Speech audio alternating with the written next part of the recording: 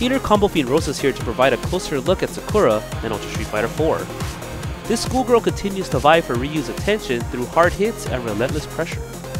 Will her changes allow her to finally strike some sense into Ryu? Let's continue on and find out.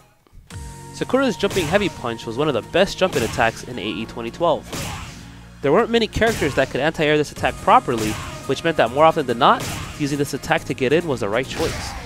As the pressure and damage she got from this attack was so great, the hurtbox has since been increased so that opponents can anti-air it a bit more consistently. Outside of Sakura's crouching medium kick, she really didn't have any special cancelable moves that could be used from further out, thereby making her range game rather predictable. To help add to her ranged attack repertoire, her far-standing heavy punch is now special cancelable. Now Sakura players have another long-range attack to threaten and punish the opponents with. Sakura's EX Shunpun Kyaku was one of the most advantageous special attacks in the game.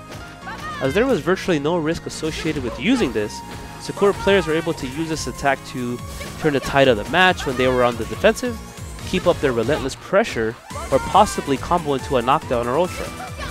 In an effort to keep the attack useful yet not overpowered, the advantage on block has been slightly reduced so that the opponents can move a little sooner than they used to.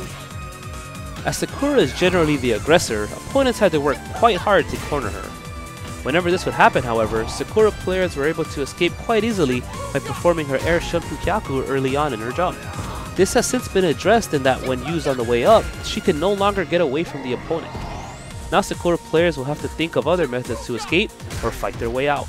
Sakura's Shoryuken is a critical attack to Sakura's ground game. Unfortunately, there were instances where Sakura would hit the first few times with the attack, but miss with the others, resulting in her getting punished heavily. To reduce this occurrence, the hitbox on her Shoryuken has been increased by a bit, so that it'll hit much more consistently this time around. With the removal of unblockables and introduction of delayed wake-up, Sakura players will have to adjust their game from a knockdown setup type game to a strong ground game to be effective this time around.